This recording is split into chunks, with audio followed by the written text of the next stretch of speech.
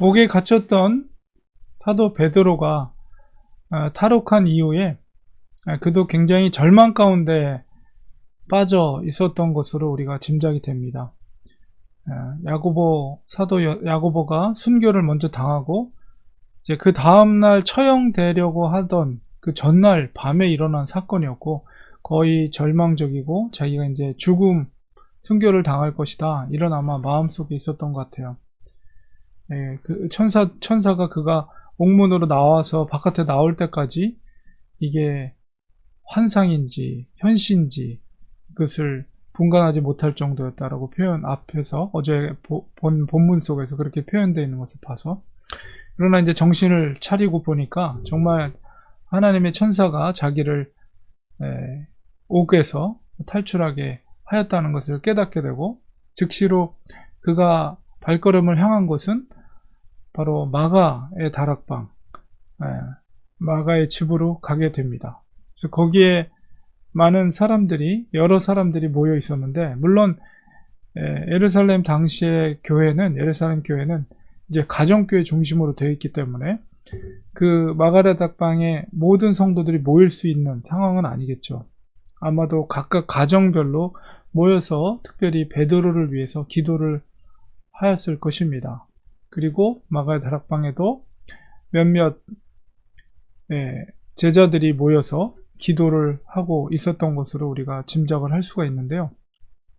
그 기도의 제목은 베드로가 이제 순교를 당할 것을 우리가 생각할 때 그들이 정말 믿음을 끝까지 지키고 흔들림 없이 그 순교의 과정을 믿음으로 잘 견딜 수 있도록 아마 간절히 그들이 기도했던 것 같습니다.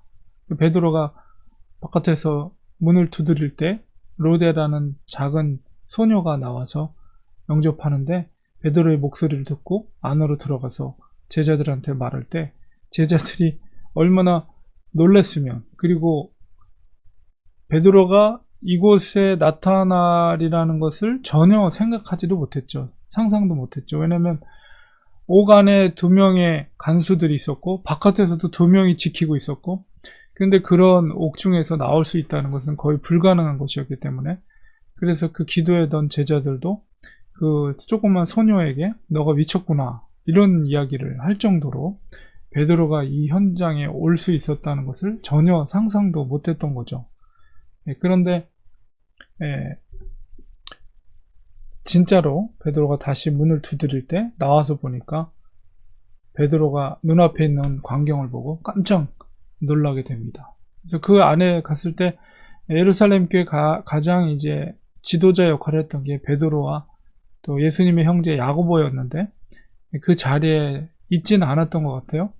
그래서 거기 있었던 제자들과 형제들과 함께 자기의 천사를 통해서 어떻게 이렇게 나오게 됐는가를 설명해 주고 다른 곳으로 떠나게 됩니다.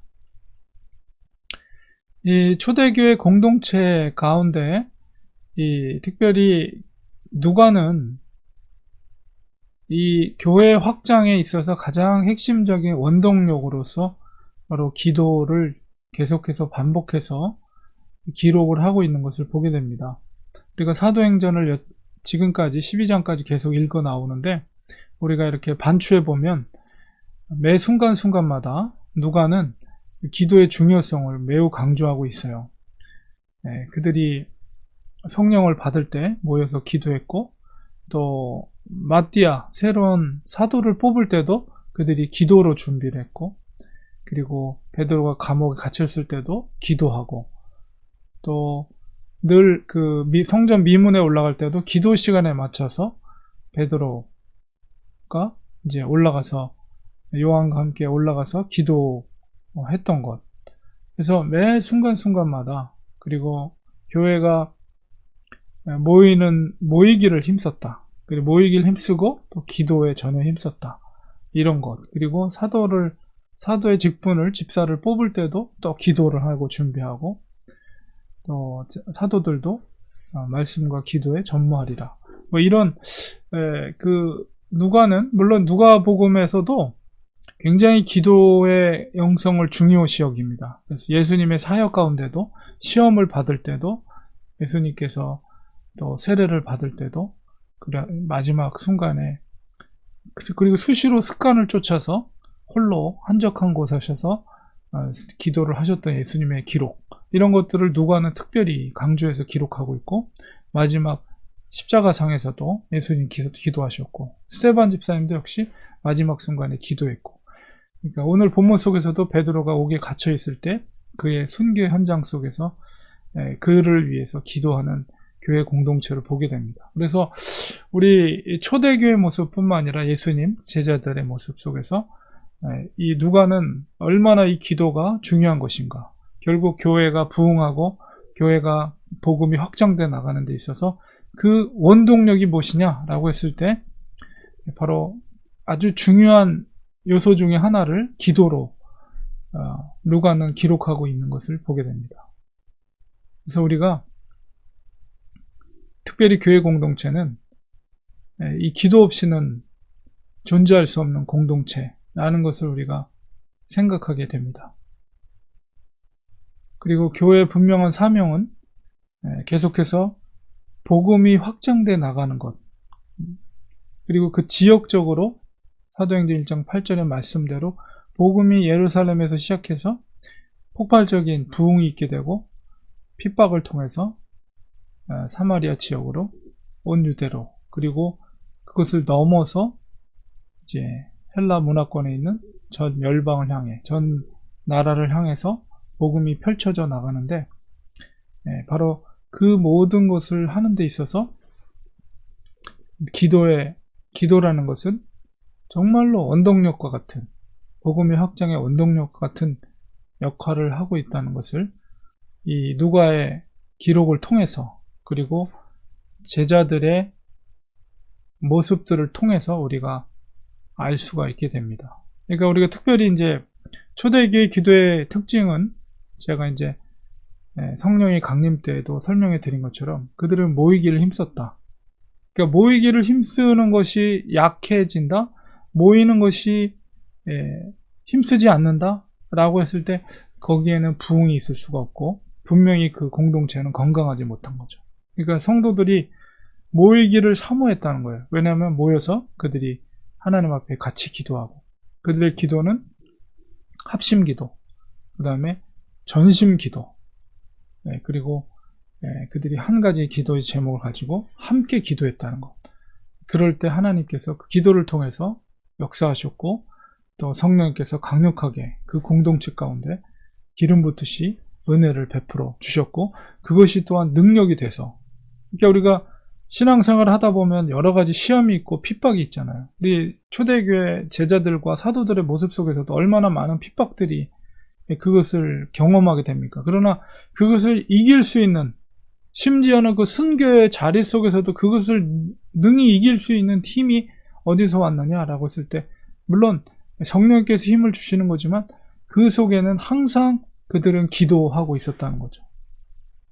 그만큼 우리 그리스도인에게 있어서 기도라는 것은 중요하고, 특별히 모이기를 힘써서 함께 모여서 기도하는 것이 너무나도 중요한 그런 원동력이 됐다는 것을 우리가 깨닫게 됩니다.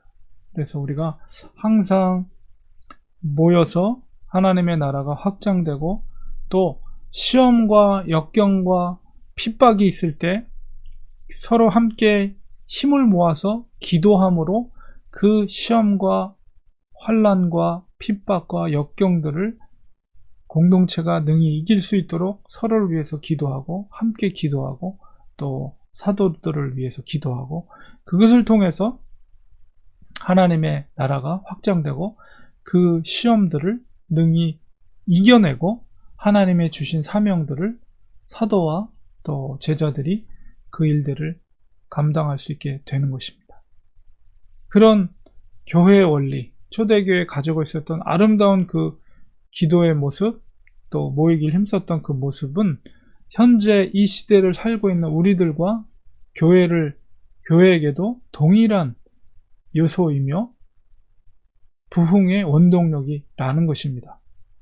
그래서 우리가 늘 기도하기를 힘쓰고 또 모이기를 힘쓰고, 그런 믿음의 공동체가 우리가 돼야 되겠습니다.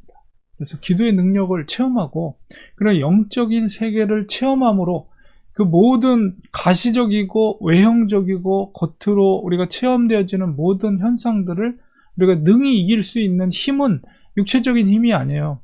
바로 영적인 파워가 있어야 됩니다. 영적인 파워가 있을 때 그것을 능히 이길 수가 있는 거예요. 나에게 어떤 육체적인 고난, 아니면 정신적인 어떤 고난, 나에게 어떤 시험, 이런 것들을 이길 수 있는 힘은 육체적인 힘으로 감당할 수 있는 게 아니라 바로 하나님의 주시는 그런 영적인 권세, 영적인 파워, 그것이 있으려면 기도해야 돼요. 그것으로 이길 수 있는 거예요. 이 시대 속에서도. 그래서 분명히 영적인 세계가 존재합니다. 하나님의 성령의 역사가 존재하고요. 또 어둠의 세력인 사탄의 세력이 여전히 이 시대에도 존재한다는 것이죠. 이런 시대 속에서 우리가 이기기 위해서는 반드시 기도의 사람이 되어야 된다. 초대교회 역사가 누가가 그것을 설명하고 있는 것. 그래서 오늘 이 말씀을 기억하면서 하나님, 우리는 연약하지만 우리가 무릎을 꿇을 때 하나님의 역사, 하나님의 도우심, 하나님의 강력한 영적 권세를 우리에게 허락해 주셔서 우리의 연약함을 강한 능력으로 이길 수 있는 힘을 우리에게 주실 줄 믿습니다. 이런 믿음을 가지고 기도의 용사들이 되시기를 주님의 이름으로 축원드립니다. 기도하겠습니다. 하나님 아버지,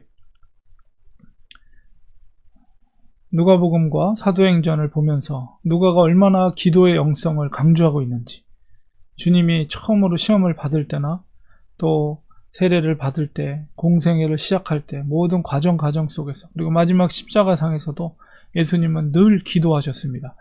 하나님의 아들이 무슨 하나님께 기도할 이유가 있겠습니까? 그러나 항상 그의 하나님의 아들임에도 불구하고 아버지께 늘 수시로 기도했던 예수님의 모습을 통해서 우리도 본받기 원합니다. 그리고 초대교회 공동체 모든 사도들과 또 제자들도 또 교회가 시작되고 성령의 기름 부어지고 새로운 일꾼을 세우고 모든 사역을 시작하고 집사를 뽑고, 그리고 성도들이 고난과 핍박 가운데 감옥 속에 갇혀 있을 때 성도들은 모여서 기도했습니다. 하나님, 기도가 얼마나 우리 교회의 부흥과 또 우리의 신앙생활에서 중요한 요소인지를 우리 다시 한번 말씀을 통해 깨닫습니다. 기도의 용사들이 되게 하소서.